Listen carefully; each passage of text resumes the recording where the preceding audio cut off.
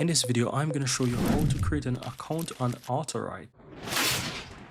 So just simply head over to autowrite.org and you'll be taken over to the official website. Here, let me show you in the pricing. You can get started for free. As you can see, when you get started, you get a token of 1,000.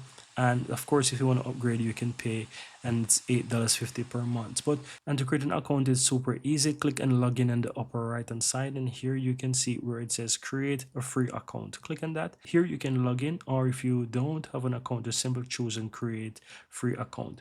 With that free account, you just need to go ahead and enter your name, your email address, your password, and confirm your email and password. So we're going to go ahead and type that in. So I'm going to type in Andrew, for example, enter the email address, the password. We will go ahead and enter the password right here, and we want to confirm the password as well. Then click and I agree to the terms and click and create account. And that's all that you have to do. And here you can see that you're in. You have the 1,250 tokens, and yeah, you collect daily as well.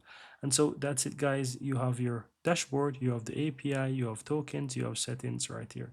And so once your account is created, you can now click and create, and you can start using the power of this AI to create whatever blog post you need.